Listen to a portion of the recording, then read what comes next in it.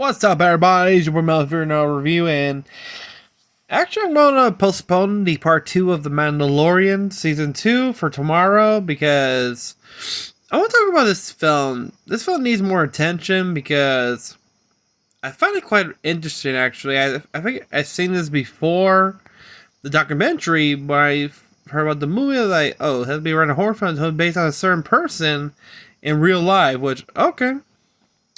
So the film I'm going to talk about is The Pope's Exorcist, which is based on the books of the 1990 and 1992 books of An Exorcist Tells His Story and An Exorcist, More Stories by the late Father Gabriele Amorth, who was the Chief Exorcist of the Vatican, who was named Chief Exorcist during the time of Pope John Paul II, back in 1984.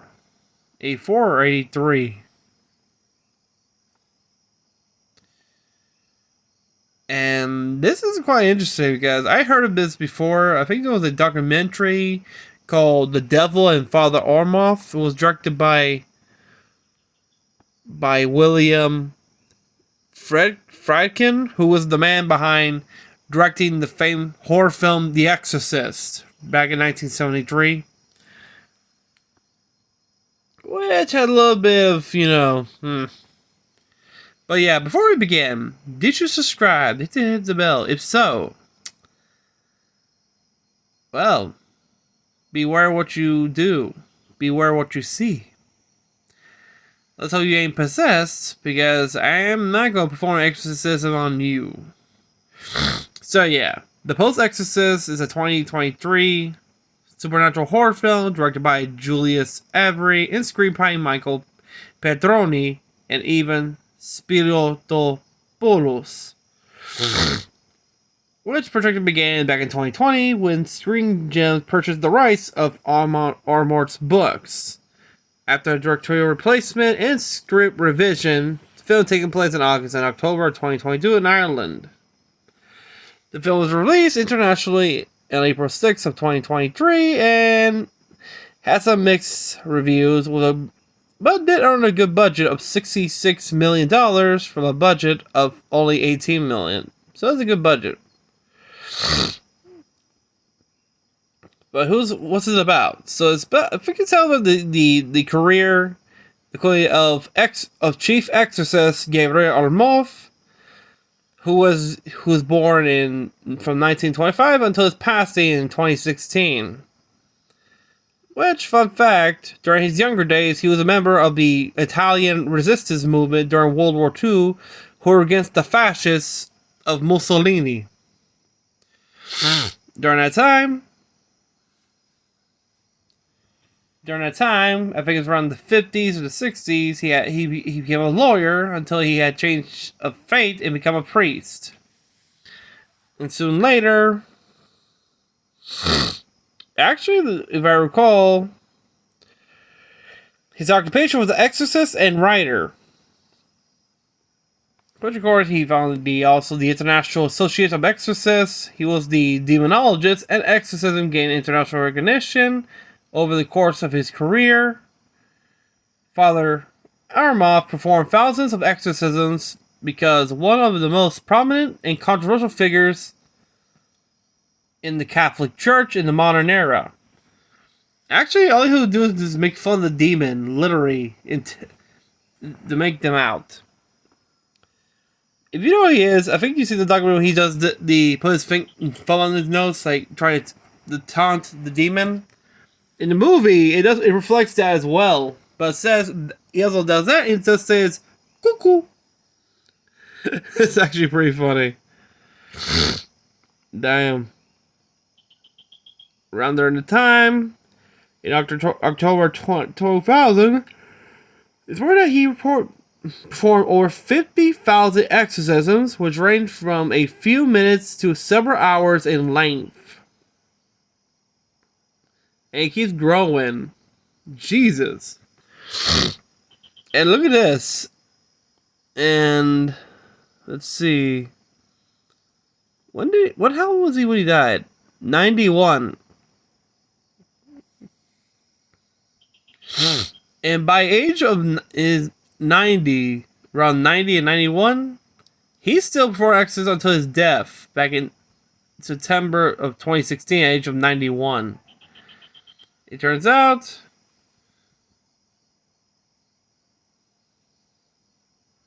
well, technically, he did a lot of work, including, let's see, when asked whether the devil, he was at, well, let's just say when he, this is a question here. When asked whatever the devil can strike inside the Vatican, Amorth stated, if he tried already, he did it in 1981 by attacking John Paul II by working with those who armed Ali who? Wait a minute. Ah, the guy who tried to assassinate John Paul II. Okay. Okay, now I know who it is. Also, you used to say he has some, like, people who lost faith, superstition, magic, Satanism, Ouija boards. And also believing that yoga and Harry Potter are Satanists too, which, it's something I might agree and so I won't. Including views on yoga, which, yeah. But back to the movie. What's the movie about? Well, it takes place in 1987 in Italy, where Amorth, who was the personal exorcist of the Pope at the time, John Paul II, on his, dude, he's riding a scooter. I forget the name of this scooter, the type of Italian scooter, you know, the ones, I can't remember. He's riding a scooter, his holy scooter, which is actually pretty funny. And he's a humorous, practical priest. There's an Italian village where seemingly being possessed by a demon. Of course, when the local priest Amorth enters the room, the man is tied up. He exorcises by using a Saint Benedict medal, sacramental. Amorth man drives the beam into a pig, where then killed with a shotgun.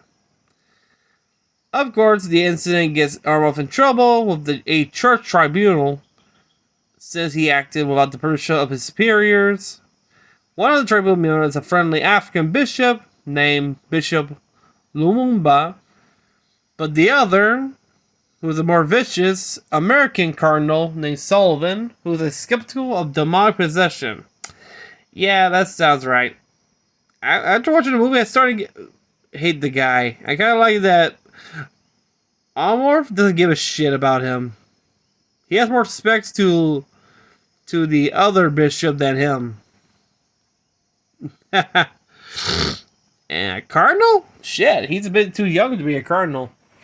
With that behavior, he may fit perfectly in the time during the Renaissance era. Those types that are more greedy, perverted scumbags. Yeah. Of course, as he's about to leave, he told the cardinal, if you have problems, tell that to my boss, the Pope. Of course, when he meets the Pope at the altar, the Pope signs him because there was a boy named Henry who's possessed in Spain. His mother, Julian's, is Reveille's daughter, travels from America to take possession of the mysterious old Spanish abbey, which Henry's father sold bequests to his family, which his family had for decades. Which Pope mentions they had problems with the abbey before. Which, of course, Amorth goes there right now because something's up with that place. How so? Okay, let's cut back to when they arrive at the abbey. They're doing a reconstruction of the place. Soon, one of the workers find a hole in the wall, which there's something behind it. When they manage to light a flare, 3, 2, 1, fire goes out, and one of the workers gets burned, and they have to evacuate, run away. Before that, when the mother and his 2 children arrive, the son wandered under the basement where during construction and witnessed the the crack. And when that's set off, boom, he gets possessed. Back to what's going on. Amorth and another priest named Father. Let's see. Father Esquivel, which actually he never has nothing to do, doesn't know how to do an exorcism because it's his first time. Which of course, he managed. Amorth talks to the demon who's possessed the boy, which he knows this demon is very powerful because he can smell his sins and his fears. He managed to guess his name, including guessing his sins, which reveal his time as a Italian resistance soldier during the Second World War, including the death of a woman that he failed to help.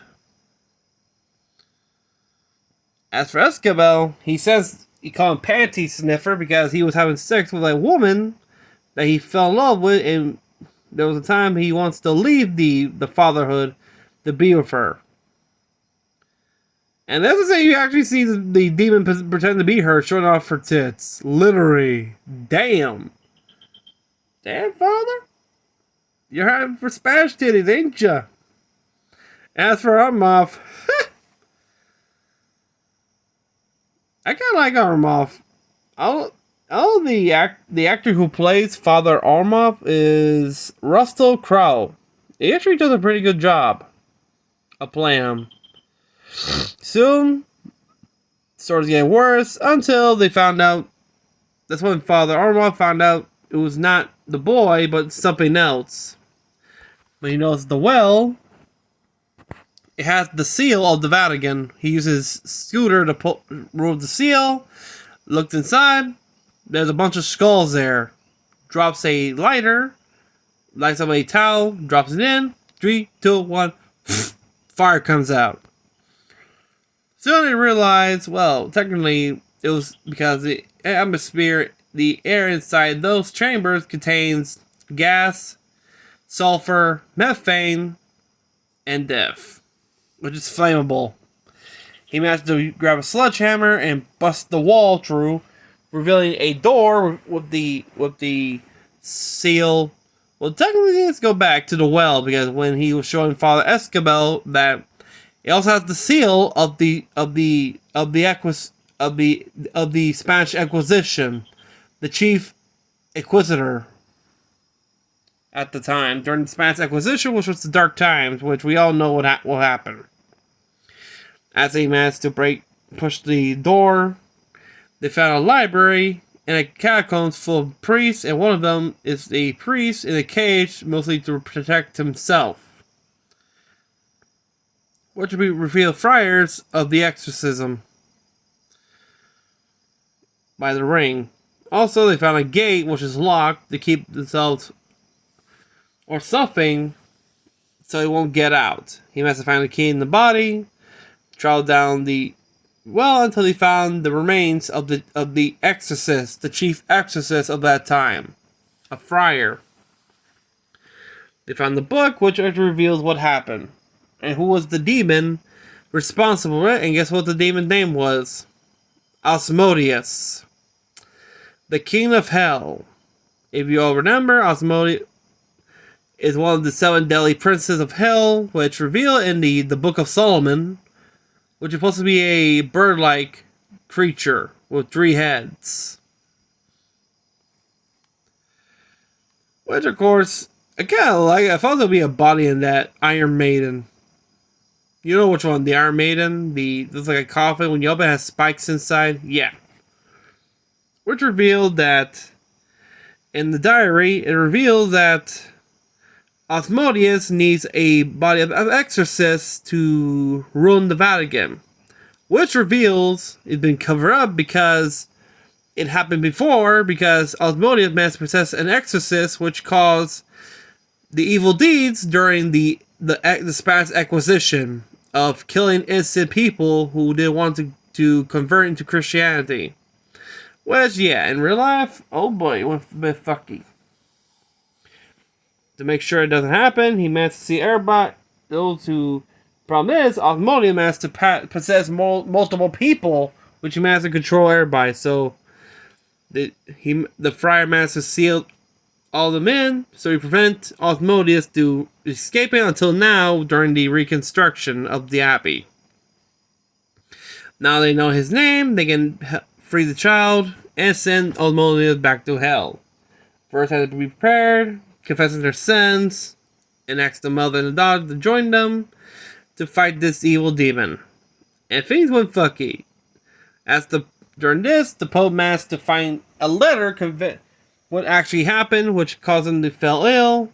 He's at the hospital among his cardinals and bishops, which of course things go south when he starts coughing up blood at Father Sullivan with Bishop Sullivan.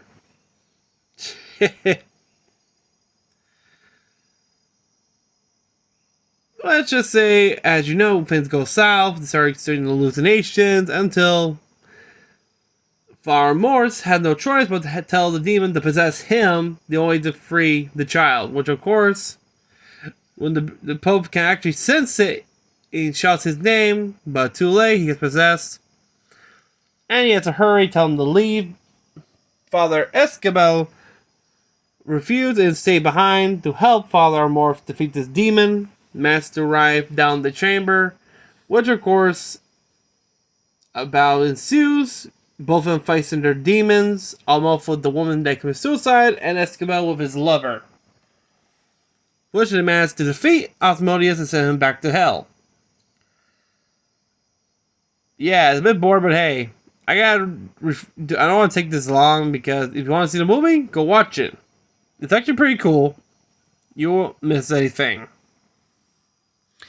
But in the ending, it reveals that in the ending, in the final words, on screen narrates details about Amorth's career, including his writing many books, and the books are good, followed by a photo of the real Amorth with his date of birth and death.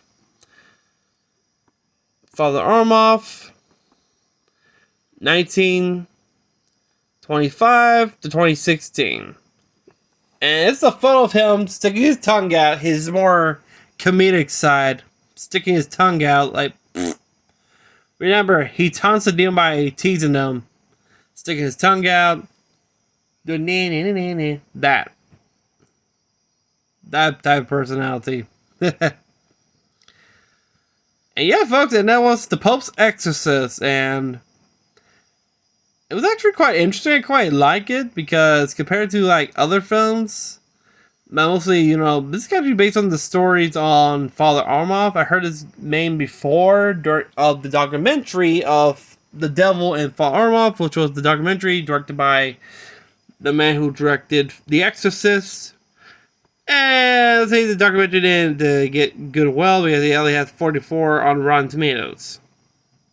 Yeah, it was pretty bad. I kind of feel bad. Listen, you want to know the reception? Let me tell you reception. On the review aggregator website, Rotten Tomatoes, the film holds a percent or 41%, which of course, the website critical consensus reads the Devil and the Father Amorth sets out to interrogate age-old question of faith, but fails to find enough compelling answers or reasons for viewers to watch.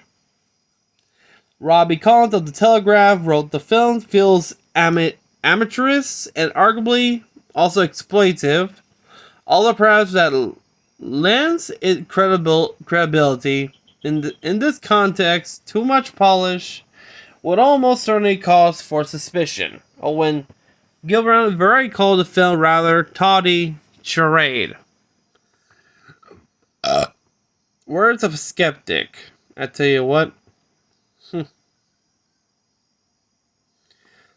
the documentary, actually, director William Frederick showing the ninth exorcism of an Italian woman in the village of Alatri, referred to as Christina, during this time performed by the Chief Exorcist, Father Gabriele Amorth, at the time. And this was when was this was released in?